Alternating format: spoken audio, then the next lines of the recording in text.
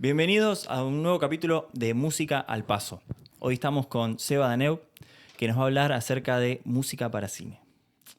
¿Cómo estás, Seba? ¿Todo bien? Muy bien, ¿ustedes? Muy bien. Ari, ¿cómo estás? Bien acá, Compartiendo el compartiendo el micrófono. Bien, la verdad que un gusto tener acá para un poco hablar de cine, el tópico que es, yo creo que a todo el mundo le interesa, o sea, es algo, un tópico súper interesante, así que va a estar muy bueno. Sí, tal cual, coincido. Para mí, como decís, a todos nos gusta el cine, todos vemos algo, ya sea de series, cine, es algo, entonces para mí esto es súper interesante. Y la primera pregunta es, ¿cómo llegaste al mundo de la música para cine? Si fue algo que vos lo tenías como una idea, como un sueño, un proyecto desde niño, o como una vocación que querías hacer, o si la vida te fue llevando, fuiste por un camino que de repente te encontraste haciendo esto.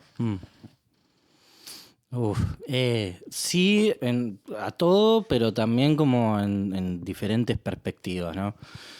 Yo empecé a hacer música de cine como compositor, digamos, Sí, hace bastantes años. Diría que gran parte de mi exploración fue con la música de cine en cuanto a cómo hacer música, cómo usar los plugins, cómo involucrarme con eso, pero diría que lo que más me llevó fue siempre, sí, desde la niñez, desde la adolescencia.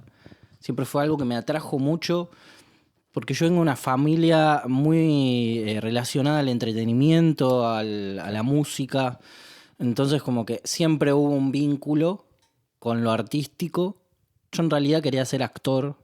O sea, primero, o sea, mi conexión con el cine fue más por la actuación al principio. claro. Pero siempre me cabió la música de cine a nivel de escucharla. Como de sacarle eso, escenas, de imaginarme cosas. Yo me acuerdo que en ese momento todavía, cuando yo tenía, no sé, 7, 8 años, todavía se usaban los discos CDs. Y me acuerdo de mi viejo, trabajaba en una oficina y conseguía los discos tipo piratas, porque tenía un compañero de laburo que laburaba en sistemas y bueno, conseguía las cosas piratas, que había que saber en ese momento bajar pirata porque te podía llegar a bajar un troyano bárbaro. Y me acuerdo de escuchar toda la banda sonora de Harry Potter 2, 1 y 3, pero ponérmela para dormir. O sea, yo me ponía me ponía ¿cómo se llama? El reproductor y lo ponía en loop. Y yo me quedaba durmiendo y me quedaba flasheando, mirando el techo como hasta dormirme, de imaginarme escenas, de como dejar que la imaginación fluya, porque eso es lo que te permite también un poco este tipo de música que no está destinada a ser escuchada, sino a ser utilizada. Digo, eso es lo que tiene de también loco, que cuando uno lo separa del producto visual, te lleva también a lugares más de imaginación. Y eso fue más que nada lo que me llevó. Yo igual no llegué directamente. Esto es lo que también. Yo en realidad quería ser actor y en un momento dado, cuando empecé a entrar de la música como músico, o sea, como empezar a practicarla, como baterista principalmente, me empecé a acercar a la música propiamente dicha, como en términos de músico. De empezar a entender la teoría, empezar a entender la rítmica, cosas que yo por ahí tenía de oído, que por suerte las absorbí de mis padres y de mi familia. Y a partir de ahí fui descubriendo cómo hacer las cosas que yo quería. También obviamente no empecé haciendo música para cine, empecé haciendo punk, empecé haciendo... Y eso es algo que me pareció gracioso de escuchar en la otra entrevista de la chica esta, de Van, Sí. que dijo a la adolescencia yo era re punk y yo también iba a ver a Boom Boom Kid, iba a hacer cosas de ese estilo y también escuchaba a los Ramones, los Pixies, como que estaba muy metido en eso y con mi grupo de amigos hicimos una banda que se llama Precarious, Mira. que al día de hoy está como en stand-by, no es que no existe más, pero le dejamos un stand-by fuerte y siempre hubo una cuota teatral a todo. Siempre hubo una cuota teatral. En las presentaciones. En todo. Claro. Usábamos máscaras. De hecho, siempre contamos la historia que es muy flashera, que fuimos a tocar un teatro y nos encontramos en los camarines con unas máscaras, que eran todas como del mismo estilo, Y fue como que nos llamaron y las utilizamos hasta el día de hoy. Claro. Pero después, pasando los años y ya empezando a estudiar música propiamente dicha en el Conservatorio Juan José Castro, yo dije, bueno, ¿qué voy a hacer con mi vida? Como cosas que se pregunta uno cuando Sí, termina total. el secundario y el mandato familiar de, bueno, tenés que elegir algo. Sí. Y dije, bueno, lo más obvio sería ir a estudiar música académica, si quiero hacer música para cine, porque bueno, John Williams, Danny Elfman, Jusid, todos estos tipos que manejan la orquesta de una manera espectacular, que es el sueño de cualquiera cuando piensa en música de cine. Piensa en hacer música para orquesta. Claro, y ahí te consulto. Entonces vos referencia, que ya, bueno, nombraste John Williams, también lo de Harry Potter justamente, Danny Elfman, y esas eran las influencias por lo menos en ese momento. ¿Sabías quiénes eran? ¿Cómo, qué más influencias tenías así de referencia? De música de cine. Es que era muy poco lo que se accedía en ese momento, porque internet todavía estaba arrancando a ser popu.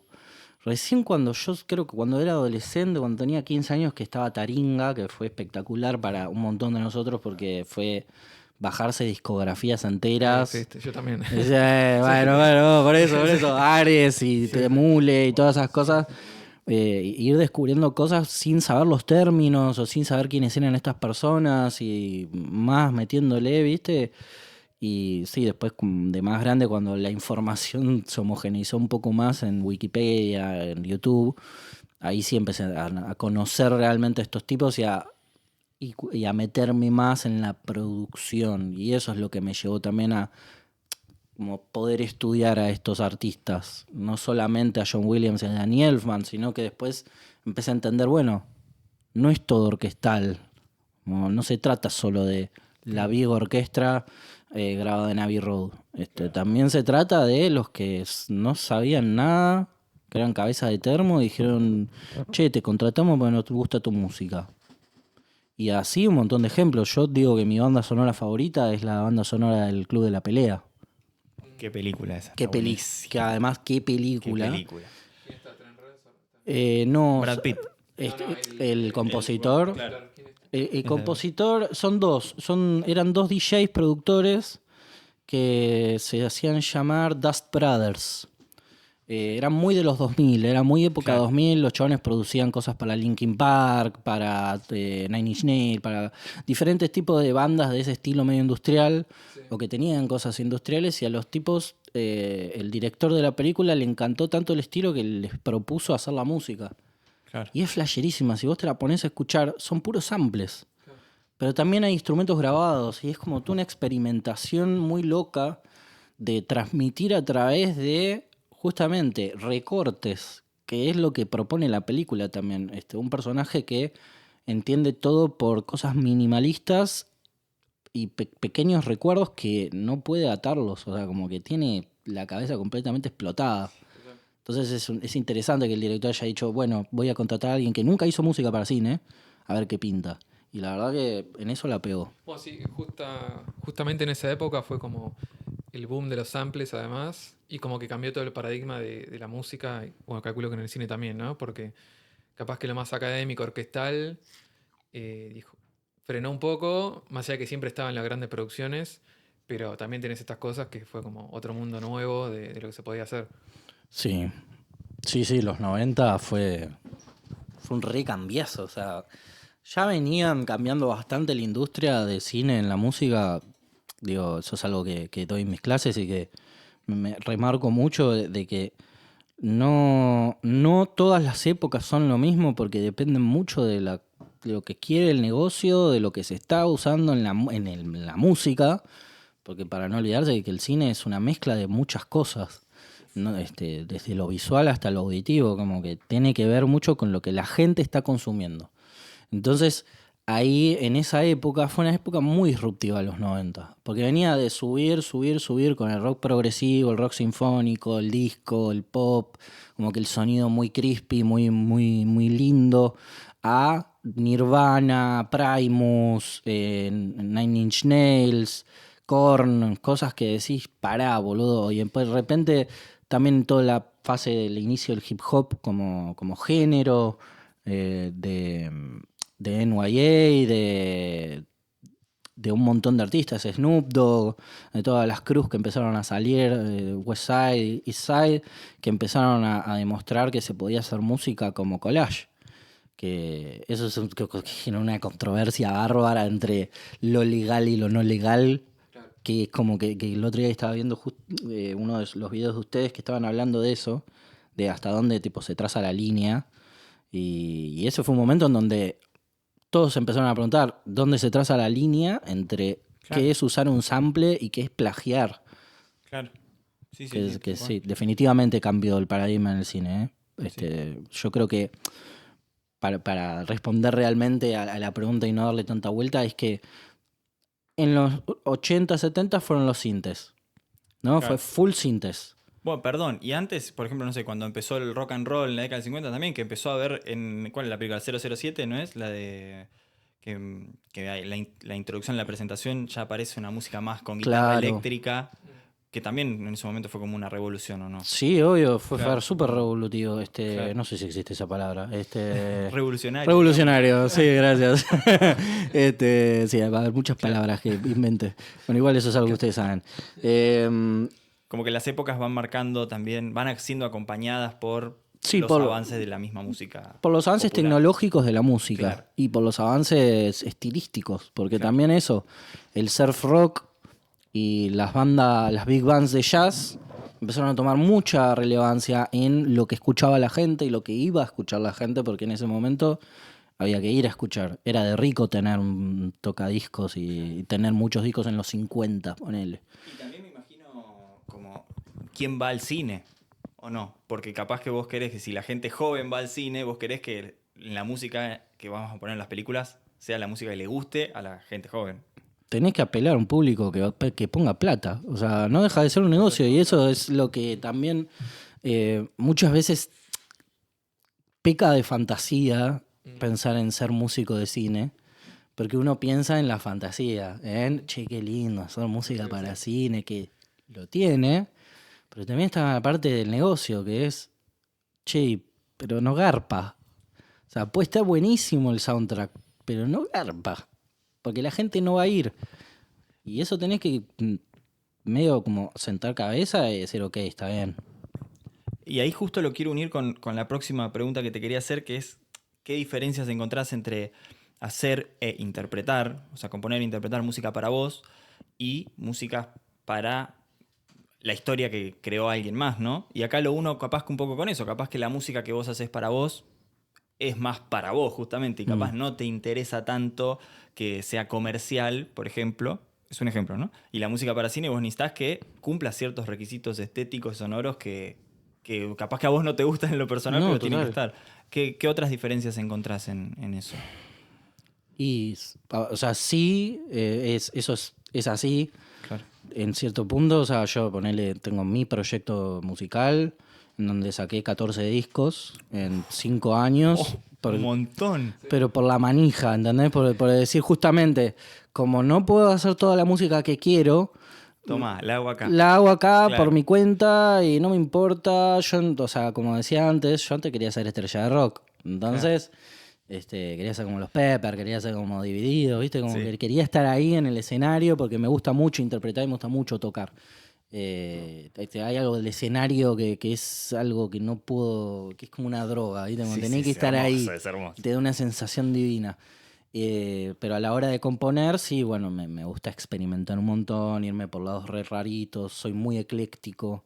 Mis influencias son súper eclécticas también, pero para lo que es cinematográfico, sí uno tiene que ceder algunas cosas, porque obviamente es un trabajo en equipo. Entonces es como, no te podés poner en egoísta en lo que vos querés, sí o sí, porque no siempre es la respuesta, uno, y segundo, porque vos tenés que pensar que esto tiene que ser apoyado por todo un equipo de gente que está haciendo el mismo o la misma cantidad de esfuerzo que vos. Entonces, sí hay que ceder, pero creo que tampoco hay que ceder del todo, porque eso es lo que distingue para mí entre, no sé, por decírtelo de una manera, el alfajor Habana y el alfajor Fulvito. Es como que el Habana, ahí, bueno, sí, es para toda la gentuza que sabe bien, sacan uno con sal y a la gente le gusta. Y después tenés el Fulvito, que es bancadísimo por toda la popularidad, porque es rico, porque es barato y porque está bueno. Digo, como haciendo un balance entre esas dos cosas, comparándolo con lo que estamos hablando. Qué analogía. Sí, O qué analogía, uno tiene que ceder ante lo popular y lo que vende más, o seguir con la idea que tiene uno y los valores que tiene uno. Y eso para mí vale también para la música de cine. Uno tiene que tener su impronta, porque si no, no te contratan. Como si no, empezás a hacer trabajo basura y probablemente no te llene. Como a eso. Sí. Me parece que va la analogía de los alfajores.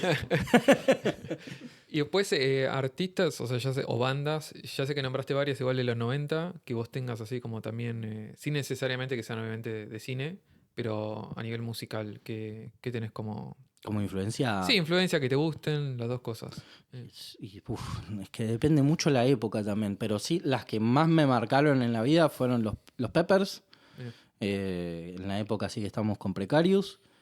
Primus, por Sí. toda su estética también me gustaba mucho, también lo vanguardista que es el sonido de Primus. Y yo Sí. lo agarré ya en el 2010, o sea, no es que lo escuchaba a los 90, porque yo en los 90 tenía... Yo nací en el 94, o sea, no es que soy tan viejo. Y Mr. Bungle también es una banda que para mí es... Digo, si tengo que nombrar una banda que me influyó hasta la psiquis, fue Mr. Bungle, fue Mike Patton. Fueron esos tipos locos que hacían una música rarísima y que no les importaba nada y que su filosofía con la música es hacer lo que tenemos ganas de hacer, la pegue, no nos importa. Otra banda que para mí es muy importante en mi carrera y en mi vida es The Residents, que no es muy conocida, pero a la vez sí. Son, no, lo digo para ustedes y para la gente que esté escuchando, son unos tipos que están desde los años 60 haciendo música. Mirá. No se sabe quiénes son. O sea, tienen máscaras puestas constantemente. No, posta, no se sabe quiénes son. Levanta teorías conspirativas buenísimas porque es como, en realidad George Harrison está tocando en The Residents. Claro. Y después escuchás a gente haciendo declaraciones de The Residents, ponele Les Claypool o Robert Plant. O sea, gente que decís tope de gama, Sí, que te dicen, sí, yo escucho The Residents.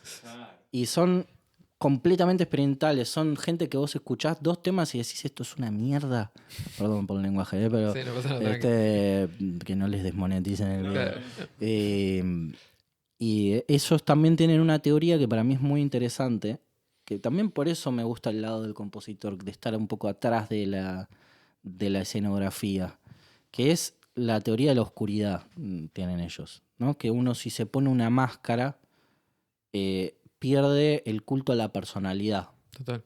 que es algo que para mí afecta mucho al momento de hacer música, porque depende mucho también, porque te clavas en un estilo o porque te clavas en una cierta estética que muchos músicos lograron esquivar, por ejemplo Bowie, que también es un gran influencia, o gente de acá, no sé, es como gente que se reinventa de esa manera para poder esquivarle a eso.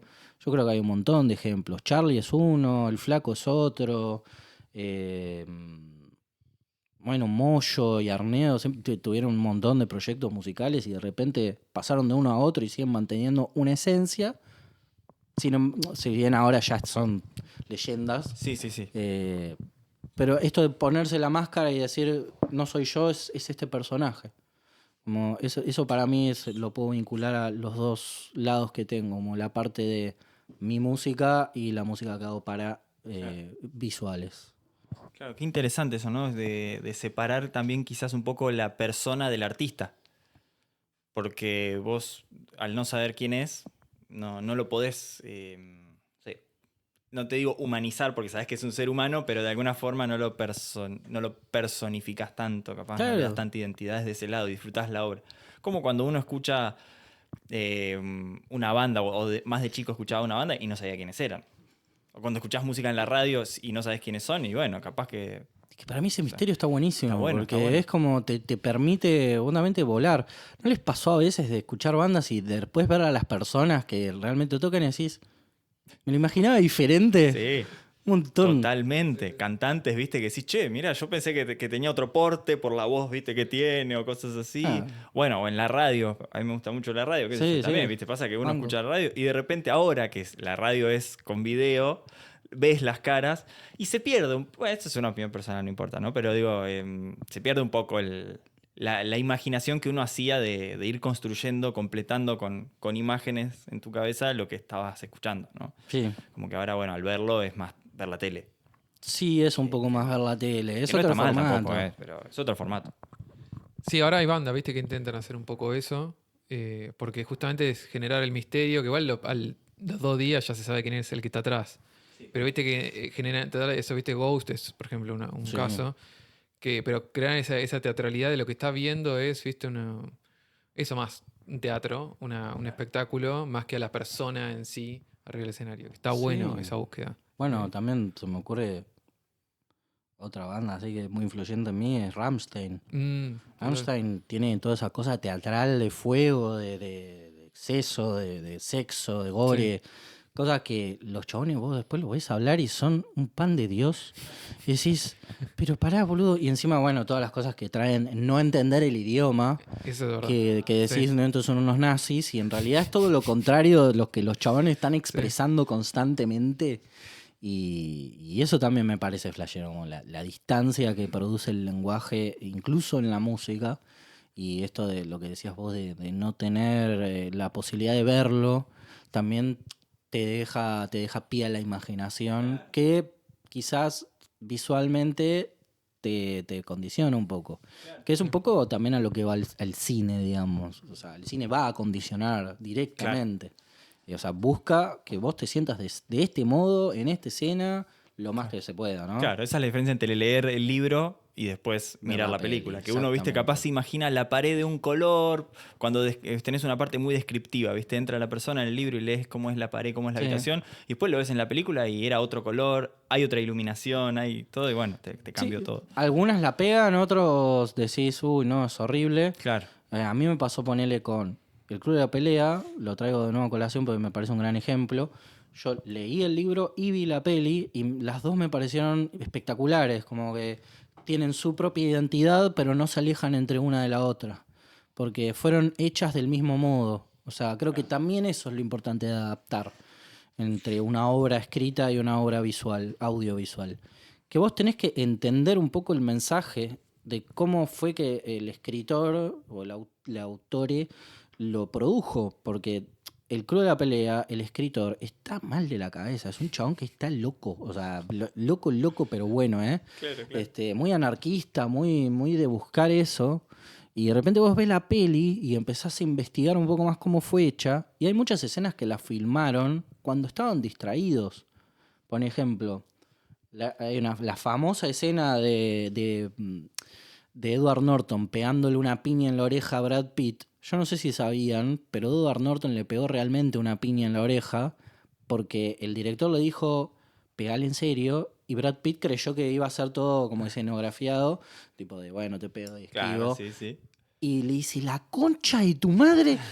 Y vos ves que la reacción es real porque el chabón le pegó una piña. Y después Brad Claro. Pitt, obviamente, le pega una piña también de verdad porque se calentó.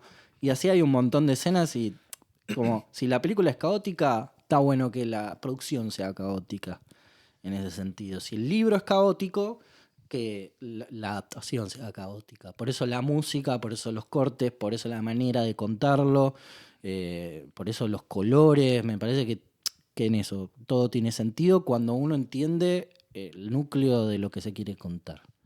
Perfecto. Y otra vez me diste el pie para hacerme la Yo te siguiente hago pregunta. prepiés. Sí, espectacular. Encima, esta es la pregunta, bueno, encarala como quieras, pero es una de las preguntas que siento que dieron pie a que te convoquemos. Es algo que para mí, esto es la pregunta del podcast. Para mí, por lo menos, ¿no? Qué miedo, boludo. No, tranquilo. Y tampoco te quiero forzar a que lo hagamos muy complejo o muy técnico, ¿no? Pero bueno, si podés de una forma simple contarnos cómo es el proceso desde adentro de musicalizar una obra. O sea, vos tenés primero y ya sé que me imagino que deben haber un montón, que cada caso debe ser distinto, ¿no? Pero en líneas generales, si nos podés contar más o menos cómo es. Primero hablas con el director, primero ya te pasan la película filmada o no, te piden algo, te pasan una referencia que dicen queremos que suene como esto o no.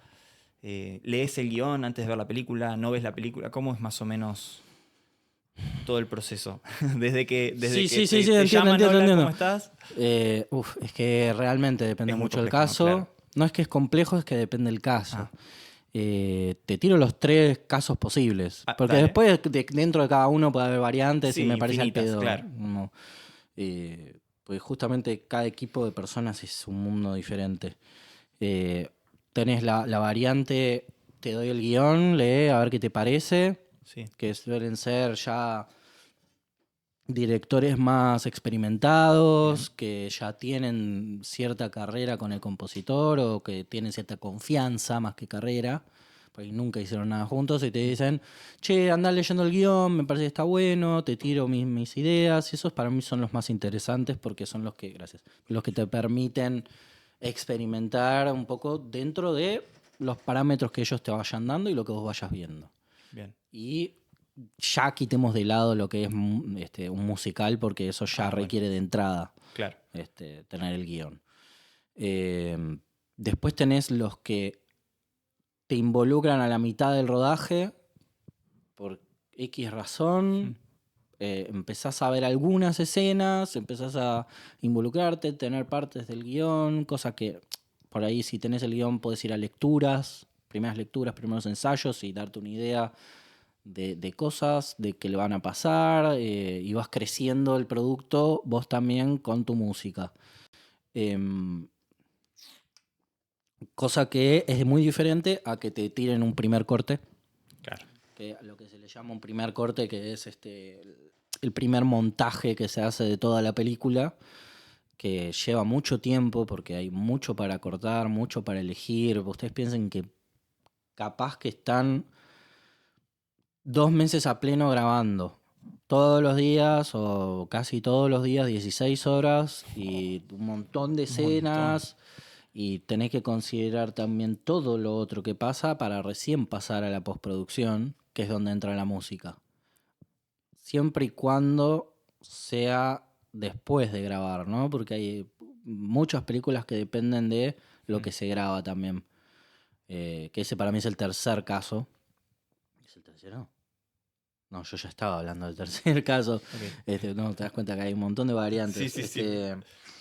Pero sí, depende mucho el proyecto y depende mucho la idea. Yo prefiero siempre estar un poco en el medio, como no estar full en un montaje ya hecho, porque lo que tiene de malo ya en un montaje hecho es que probablemente ya vengan lo que se llaman temp tracks temporales, que son un poco una pandemia de entretenimiento, porque vos te llega un temp track que probablemente el director y el editor lo escucharon 1.000 millones de veces y ya están recasados con esa idea. Porque se acostumbraron ya. Claro, entonces yo veo muchas discusiones en internet de John Williams es un chorro, Danny Elfman se chorea música, y un poco sí, porque te lo piden. O sea, tenés que hacer lo que te piden. Yo quiero que suene esto. Bueno, vas probando. No, más parecido. No, más parecido. Bueno, está bien. Claro. Agarro la misma melo, le cambio 3 notas y lo escondemos. Es como ir por un gris. Claro. Que si te llegan a meter un juicio, cagaste, pero no es tu culpa, es culpa de la producción. Claro. Entonces, ahí es donde ya hace la diferencia para mí entre un trabajo ideal y un trabajo paja. Que es esto de complacer. A mí no me gusta complacer. Me gusta que a la gente le guste lo que hago y que nos sintamos cómodos y que sintamos que sirve. Pero los proyectos que requieren capaz que son de producciones muy grandes y que requieren de un tiempo muy corto y es como más al palo, está bien también tener referencias porque no te vas a estar poniendo a discutir 1000 horas sobre qué música poner en una serie de Disney que tiene 30 capítulos filmados y vos tenés que hacer los 30 en 2 meses. Claro. No, dame todas las referencias, Claro, por favor. claro. Y más capaz cuando es, no sé, me imagino, ¿no? Una discusión por una escena que capaz dura 6 segundos. Y decís, bueno. Bueno, yo tengo el ejemplo de una serie en la que trabajé, se llama Chueco, que, Sí, la de, que de Disney era, ¿no? que es de Disney, Sí, que es de esta del mono. sí. Que hubo un gran problema con esa serie, de que tuvo un cambio de rumbo muy fuerte en la mitad de la producción. Si bien ya habían filmado todo y estaban cambiando mucho las cosas de los montajes, no era tanto por los cambios de los montajes, que eso es otro pie aparte, que era que vos cuando trabajás con una empresa como Disney, tenés muchos estadios en donde la música pasa por varias personas. Y esto aplica para cualquier parte de la producción. Claro. Y en la música lo que pasa es que la gente no sabe muy bien cómo comunicarse. Generalmente ustedes se ríen porque se acuerdan seguramente el ejemplo sí, que ya lo voy a decir. Y entonces hicimos, como decirle, no sé, como 128 tracks habíamos hecho. Eran todas cosas cortitas porque para una sitcom vos tenés que hacer separadores más que nada, que es lo que divide una escena de la otra. Entonces Disney, ¿qué pasa? Es una mega empresa. Entonces tiene que pasar por un lado, pasar por otro y llegar hasta la mesa final, que son los empresarios. Claro, Claro, los maganudos, los sí, que no ves. sí. Y eran 11 chabones. A los 10 que escucharon primero les gustó, uno estaba de viaje y faltaba que lo escuche. A ese no le gustó y hubo que hacer todo de nuevo. Entonces fueron meses de laburo tirados a la basura. Y vos te la tenés que fumar. Que eso es también un poco...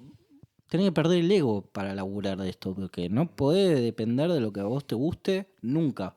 Ahora, hay momentos en donde es... Yo no estoy para esto, chao, que está bien también rechazar trabajos. No hay que ser Hans Zimmer para rechazar trabajos. Me parece que es una cuestión de optar por usar bien el tiempo de tu vida, no de ganar plata nada más, porque ahí es donde ya es el problema en quienes hacen esto, que por ahí se centran en hacer guita y hacer guita y hacer guita y no funciona de esa manera para la psiquis. Entonces, por eso los que componen música y son dedicados, eligen sus proyectos, tratan de ser versátiles, agarran lo más que pueden, pero cuando ven que no, es no. En cambio, el que quiere guita, va a agarrar todo. No importa nada. Hacelo así, como que, a ver, no importa, haz lo que él te diga. Y eso la verdad que yo no coincido con ese modus operandi. Sí, sí, porque también después pasa de que obviamente sigue siendo un trabajo y todo, pero yo me acordaba de que, por ejemplo, ahora viste la serie que ya hemos hablado de esto, de Severance, que tiene el leitmotiv, Ujú. que quedó muy... Es una serie muy contemporánea, por así Sí. decirlo, y es un leitmotiv que quedó muy grabado. O sea, yo vi en recitales, no me acuerdo quién, que dice, mira, tocó el leitmotiv de Severance. Y me acuerdo de que vos nos has contado de que era minimalista, tenía como una búsqueda más por ese lado.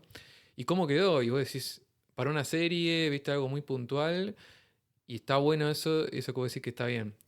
Uno puede hacer las cosas por plata, lo que vos quieras, pero mirá como una serie dejó un leitmotiv de algo que quedó como en el imaginario, si querés, popular, y eso es increíble. Poder lograr eso yo creo que debe Y estar sí, buenísimo. es que para mí eso deviene en tener tu propio estilo. Cuando alguien te va a buscar, es porque sabe que vos tenés un estilo y que querés ese estilo. Por algo John Williams, Hans Zimmer, todos estos tipos llegaron a ser reyes de la industria, porque se marcaron tan bien lo que hacen y funciona tan bien que obviamente a lo primero que vas es a los grandes. Y cuando no sos nadie, es difícil porque tenés que rebuscarte en un mar de... Encima ahora está lleno de data, o sea, está lleno de entretenimiento, el mundo es constante. Justo recién que hablábamos de los cortes de los clips, de eso hay un montón. Después ahora está empezando a ver mucho lo que es de inteligencia artificial, de lo que es musicalización, de videos larguísimos que se hacen con inteligencia artificial y decís, yo no llego a hacer esa cantidad de data. Claro. Sí, sí. Entonces me parece que también es un poco entender los tiempos también, y a eso me refería al principio con yo quería hacer música como John Williams y terminé haciendo música experimental porque era lo que más me llamaba, era lo que mejor hacía y lo que me salía menos plata, porque creo que también es adaptarse a la situación de que tiene cada uno. En el momento que me toque grabar una orquesta, agradecido con el mundo. Claro, total. Pero hasta entonces voy a usar los recursos que tenga a mano para hacerme lugar en la industria. Y ahí me da también el pie. Justo Yo, para pero hacerte estoy lleno de prepies, ¿eh? Parece que hubieses leído la Claro, Y eso que me ofrecieron, ¿eh? Y yo dije, no. No quiso leer. Es cómo ves entonces, o sea, para dónde estamos ahora, cómo ves el futuro, tanto, o sea, si querés composición, como lo que quieras, por un lado, para dónde está yendo todo o cómo lo ves para dónde va, y un poco aparte la inteligencia artificial. Para no decir, porque si no, todos vamos a decir, el futuro va a ser todo inteligencia artificial, pero para no caer tanto en eso, que puede ser, Sí, no que lo es cómo descarto. lo ves vos tanto para de lado a lado, tanto para dónde está yendo todo lo compositivo, si querés, y la inteligencia artificial cómo está ahí jugando un rol. Esa es una conversación interesante. Mm. Sí, esa La de la IA es picante. es la La de la IA es Sí. picante porque hay gente que está muy cabeza de termo con eso. Y yo soy todo lo contrario, yo soy muy optimista. A ver, para dar un contexto así literario, a mí me gusta, no he leído tanto, pero me gusta mucho cómo escribe y cómo relataba sus ideas, porque era un tipo científico, es Isaac Asimov, Sí. que bueno, famosísimo por Yo Robot, por un montón de libros, era un tipo muy prolífico y era científico él. Y tiene una entrevista muy interesante en los 80, que el tipo habla con una persona de por qué la educación va, la tradicional, digamos, la que hicimos todos nosotros, de ir al colegio con gente y de seguir un programa y que esté como sesgado en un recuadro de data que por ahí vos tenés que salirte solo para entender más allá. En cambio, el tipo decía, ya va a empezar a existir cuando el internet se haga más posible, más masivo, más accesible, la gente va a empezar a entender que puede enseñar las cosas que sabe a través de pequeños grupos o pequeñas cosas que vayan a existir. Y entonces uno va a empezar a entender que el autodidactismo se va a volver cada vez más y más influyente que en la escuela tradicional. En los 80. La vio mal.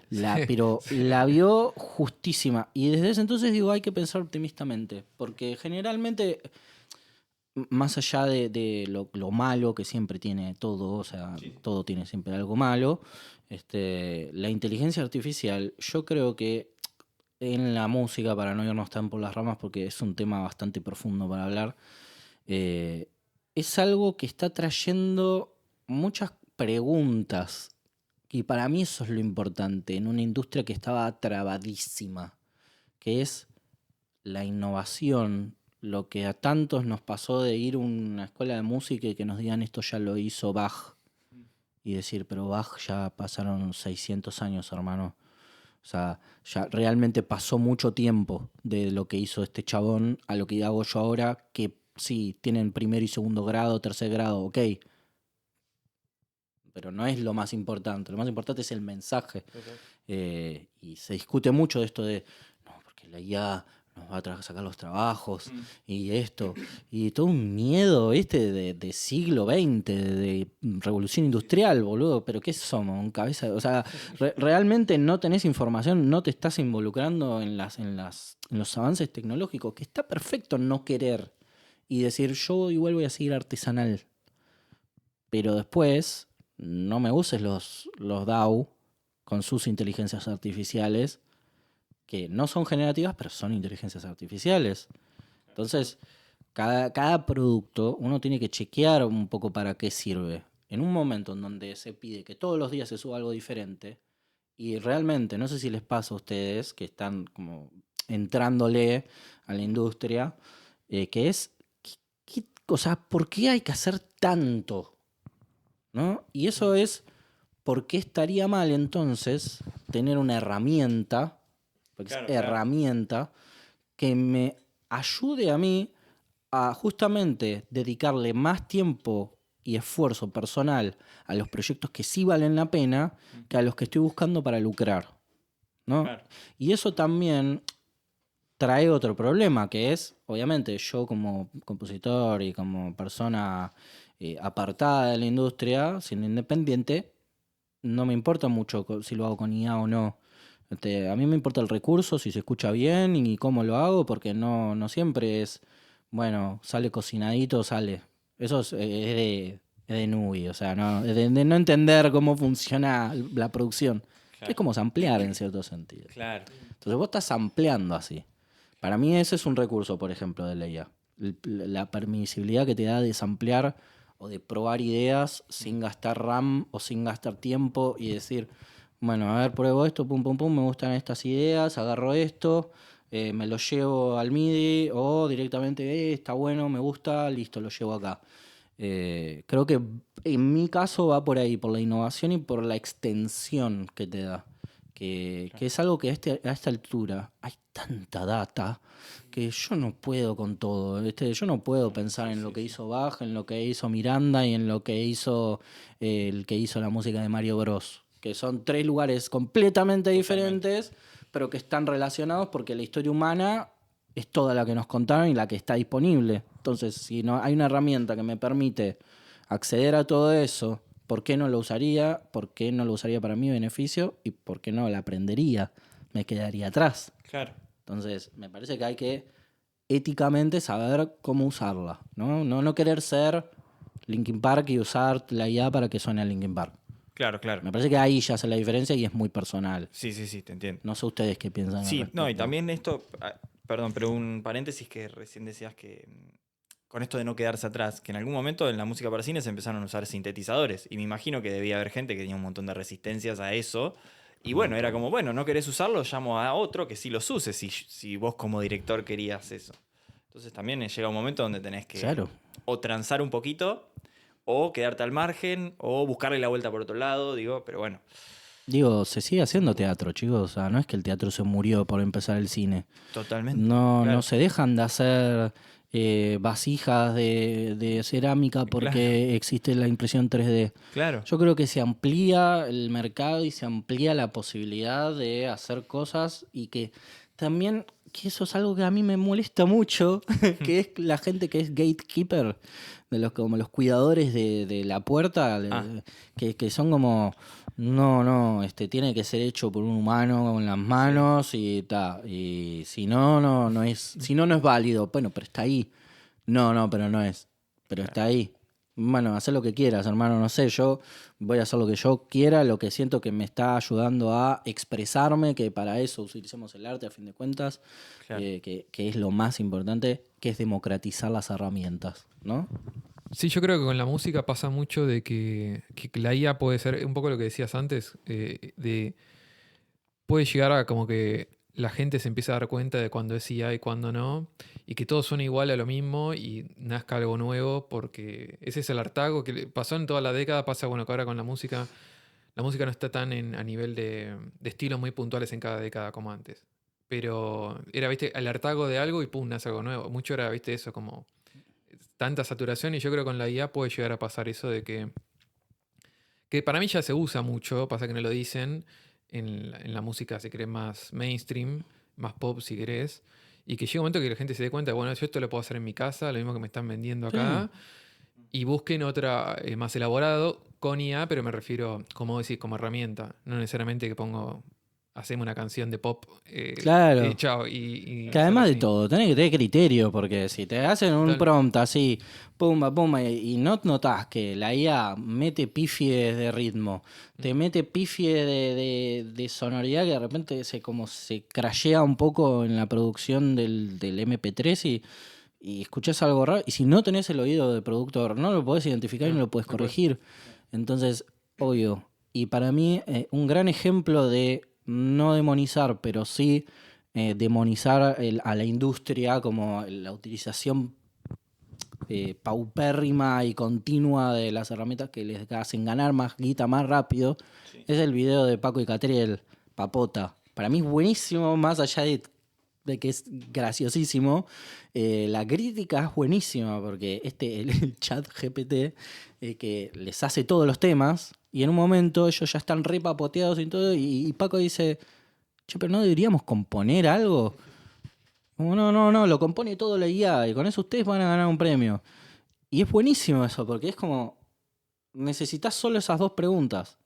¿No tendría que componer yo algo? Entonces, sí, tenés que involucrarte. No tenés que dejar que algo haga todo por vos. Si no, sí es una despersonalización completa. Y para mí ahí es la división entre ser un pajín que no sabes meter mano en la música y decir, bueno, quiero ser famoso. Entre los otros que, por ejemplo, lo veo en la fotografía, gente que se está empezando a dedicar a aprender a usar imágenes generativas, inteligencias generativas, que son gente de 80 años, ¿viste? Que sacaba una foto con que tenías que ponerte la manta encima por el flash. Bueno, igualito. Y tuve esa discusión hace poco de ¿por qué no? Si es un tipo que ya pasó todas las tecnologías, ¿por qué no dejarlo que experimente con lo nuevo? Claro. Y me parece que se trata de eso, de democratizar las herramientas cada vez más. Lo hemos visto en los sintes, lo hemos visto en los samples, lo hemos visto en los MIDI, en los bancos de sample contact, en los presets, en todo lo que funcione para, listo, pum, andá, tocá, jugá, que está mal visto, que siempre hay un está mal visto, hasta que se produce como el suficiente tiempo para decir, che, mirá qué bueno que estaba lo que hacía en YA, cuando en el momento los reputearon. Es que la historia humana es completamente repetitiva. Entonces, uno tiene que tener criterio y entender, ok, a mí me sirve esto, listo, me sirve. Lo que piensen los demás no importa mientras no afecte mi producto. Sí, totalmente. Esa es mi visión de eso. Y al cine, para no desquitarme un poco de esa parte, sí es un problema porque se va a empezar a notar mucho que estos AAA bunkers que hacen blockbusters, se va a cada vez notar más de que no les importa el producto. Entonces, ¿qué va a empezar a salir? Pasa en los videojuegos también, se está dando mucho en los videojuegos. Lo indie, lo que sale de la casa de uno mismo, este podcast, digo, como uno no va a escuchar capaz ya a Luzu para escuchar ciertas ideas, por más que no me guste nada Luzu. Uno va a escuchar capaz podcasts más barriales, más cosas, como que está viendo una vuelta un poco a lo más minimal, lo más hogareño. Y eso es lo que tiene bueno la IA también, que te acerca justamente a lograr cosas de buen valor visual o auditivo sin la necesidad de tener que gastarte una torta de guita en un momento en donde la plata está por el piso. O sea, como que nadie tiene plata. Entonces me parece que está bueno que exista una herramienta así. Sí, ahora justo que decías con lo del cine me hiciste acordar que salió en estos días que la nueva IA, la de Google, la veo esa que decís... Es espectacular. Sí, que sí, ya está. O sea, como que la realidad y lo que es falso y real está ahí. ahí nomás de decir, ya está. Y es un poco... Ahí es preocupante en el sentido de que... no sé si preocupante, capaz que es curioso ver qué va a pasar con todo. Porque vos decís... ¿Qué va a pasar con esto, con tanto los canales de noticias? ¿Qué va a pasar con hasta Twitter? Siempre cuando dice alguien va a poner un freno, tiene que ser un gobierno, ¿no? Pero lo que voy es, ¿alguien va a frenar esto? ¿Lo van a seguir? No porque esté mal. O la gente, ¿no? ¿Qué va a hacer con esto? No va a frenar. No va a frenar. Pero viste, buenísimo, ¿qué va a hacer la gente cuando ve un video y ya no es, no sé, no quiero ser malo con esto, no es tu papá o tu abuelo que ve un videito y se lo cree porque vos decís, ¿cómo te vas a creer eso? Ahora me lo creo yo, o sea, porque vos ves el video y decís, esto es posta. Bueno, por eso es muy importante estar informado Sí. y estar instruido, porque yo me doy cuenta al toque, si es IA y si no es IA. Incluso con las narraciones. Vieron que hay muchas narraciones ahora en YouTube. De repente yo el otro día me vi todo un documental hecho claramente todo con IA, de Rammstein. Y estaba buenísimo. O sea, realmente el material está bien curado. Y se nota que la persona que lo subió prestó atención al material y dijo, me ceba, lo subo. O fue un cabeza y lo subió de una, no importa. Pero salió bueno, pero había errores muy claros de ponerle... Los textos estaban mal escritos, mal redactados, o por ahí se salteaba puteadas porque tienen como ciertos parámetros. Y también las voces Yo para mí hay como ciertos parámetros que busco para entender. Con la música es más difícil, pero tenés que ya tener mucha experiencia en producción. Pero después con lo que es la voz y lo que es lo visual, se nota el toque. Porque hay que ver los ojos y las orejas Claro. en lo visual. Ahí, si vos ves los ojos... Sí. Sí, es que realmente depende de cuánta información tengas y cuánto experimentaste. Sí. Este, Sí, a mí con la música, yo por lo que distingo más que nada es esto que sigue la voz. Por ahora, cantado, yo llego a distinguir que es IA porque porque escuchaste IA. O sea, si nunca hubiese escuchado IA, capaz que decía, bueno, le pusieron mucho chorus, ¿viste? ¿Qué sé yo? Son muchas Claro, voces, bueno, eso. son muchas voces grabadas. ¿Qué onda que decís. tiene tanto chorus? No, Sí. claro, es que tiene Es que- como 1000 capas de voces de Claro. diferentes personas y está creado así, que bueno, interesante, pero te das cuenta. Sí, Y por después, ahora sí. con lo que es la voz narrada, ustedes presten medio minuto de atención a una narración con IA, no respiran. Ojo, buen dato ese, sí. Uno mínimamente cuando habla hace un... Eso, mínimamente está. Y con una IA está ta, ta, ta, ta, ta, ta, ta, ta, ta, ta. Está cortado perfectamente todo y como, claro, no, esto no es real. Sí. Y además de que ya empezás a reconocer la misma voz de Eleven Labs, que decís, yo ya sé de dónde la sacan encima. Sí. Pues sí, para mí es eso, es informarse, es estar al día, porque estar afuera implica convertirse en una persona ignorante. Y para mí la ignorancia lleva a problemas. Y justamente Sí. esta herramienta debería unir, no separar. Y para mí eso es importante desde estos espacios, desde los espacios personales, empezar a gestar un interés, Claro. más que una preocupación que de dónde bajan las preocupaciones. Y me pongo súper anarco acá.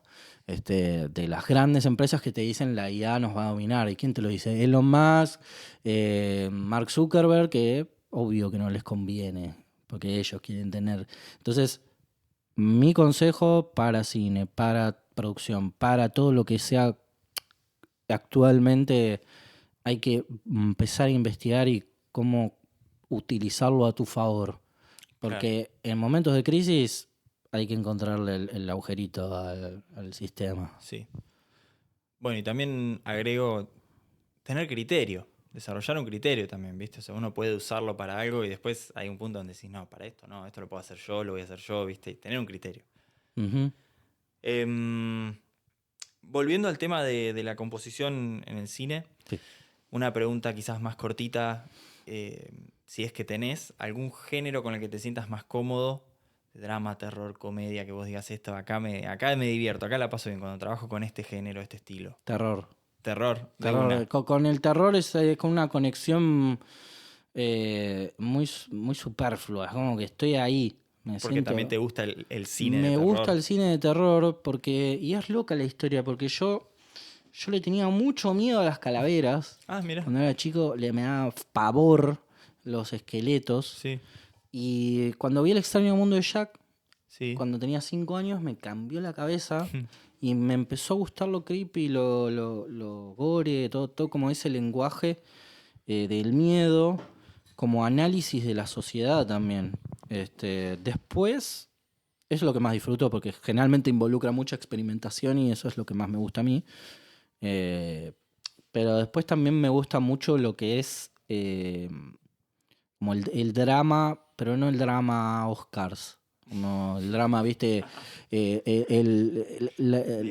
melodramático con la toma de la gota cayendo lentamente y el discurso súper sutil y no. Me gusta más lo dramático, lo que involucra la vida real, estas pequeñas historias que tienen música simple, que tratan de buscar más lo humano, la conexión.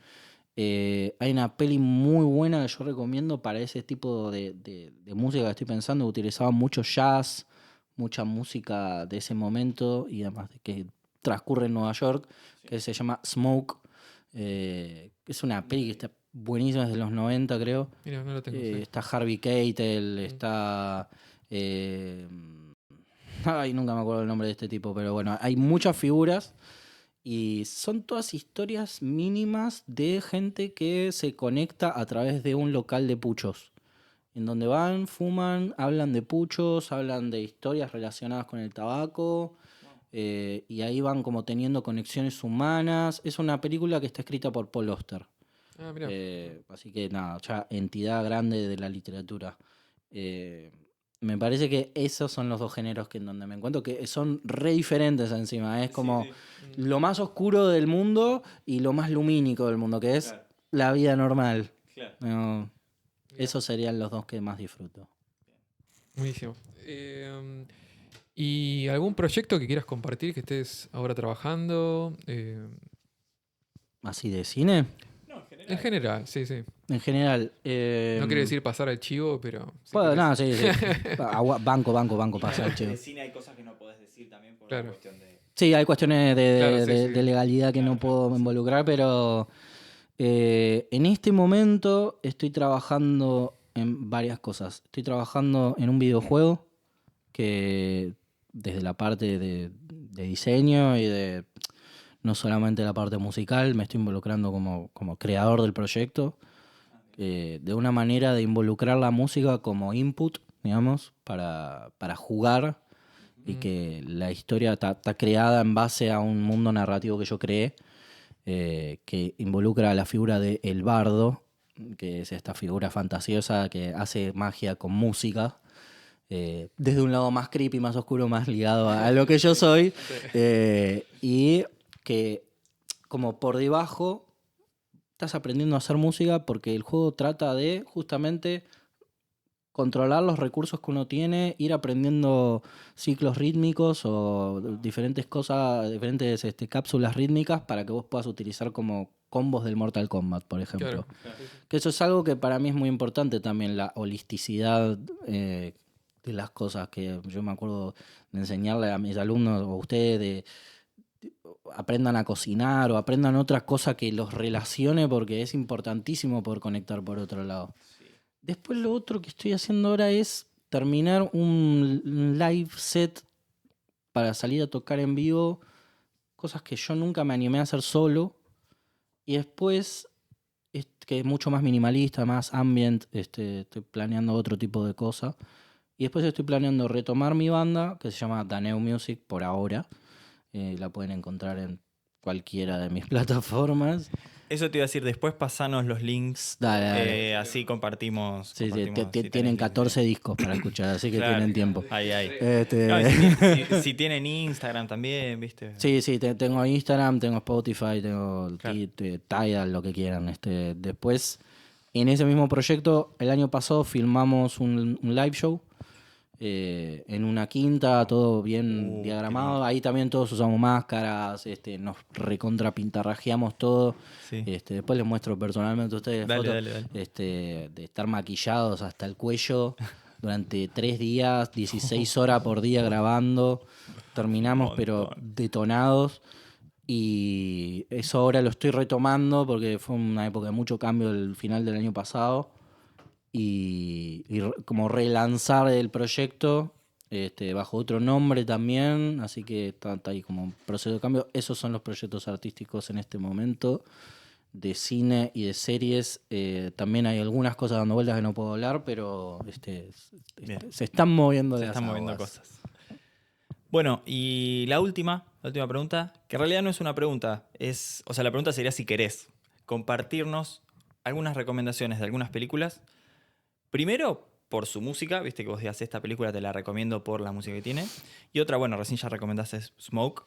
Y después otra película que a vos, una o dos o tres películas que a vos te gusten. Que no necesariamente tienen que tener una buena banda sonora ni Tipo nada. Guilty Pleasure. O sea, como gusto. Si querés tirar un Guilty Pleasure, podés tirar, pero no necesariamente Tengo, que sea tengo. sin culpa. Bueno, también, podés tirar todo, sí, tranquilo. Y a ver, principalmente todo lo que sea bandas sonoras épicas, conocidísimas, recomiendo siempre. Ayer vi una película que recomiendo muchísimo, que se llama The Trial, es de Orson Welles, que es rarísima, o sea, no entiendo todavía qué vi, pero me fascinó el uso de la música tan puntilladamente en los lugares que va. Y después, Harry Potter siempre, El Señor de los Anillos siempre, Star Wars siempre, o sea, las sagas, véanlas, porque por algo son sagas y son clásicos. después de Argentina también hay muchas cosas muy lindas que también usan poco.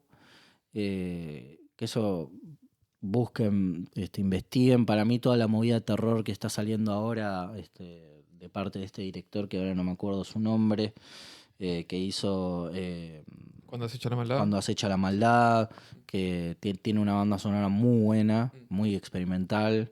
Y después anime, para mí yo recomiendo mucho ver anime de cualquier estilo porque los japoneses tienen una manera de hacer música que es espectacular por lo virtuoso, por lo clavado, por lo emotivo, la entienden mucho. Y mi guilty pleasure, que ya que vamos a los guilty pleasures, es la banda sonora de ¿Y dónde están las rubias? Me parece... Mirá, no tenía ni... Me parece espectacular. O sea, el soundtrack de esa peli me trae tantos buenos recuerdos de reírme y de sentirme bien que no puedo no recomendarla. Ver al actor el que hace los juegos con los pechos, que después que en la peli toma éxtasis y se pone real palo. Es ese tema de pop súper choto que decís... te lo llevas cantando después. Para mí, sí. Ese es mi guilty pleasure.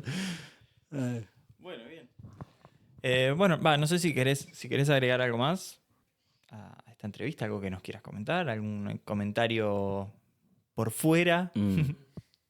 O No. Ari, si querés preguntar algo. Yo estoy, primero que nada, muy agradecido que me inviten. Gracias a Es un vos. placer. Han sido alumnos míos y eso es muy lindo, tener como ese feedback de interés y de conexión más allá de la clase y de incitarlos a que sigan haciendo esto y de que les va a ir súper bien. Bueno, muchas gracias. Bueno, estamos, todo bien. No. Bueno, gracias. Gracias en serio a vos por Gracias a estar acá. ustedes, Y bueno, chicos. Esperemos que lo hayas disfrutado. sí.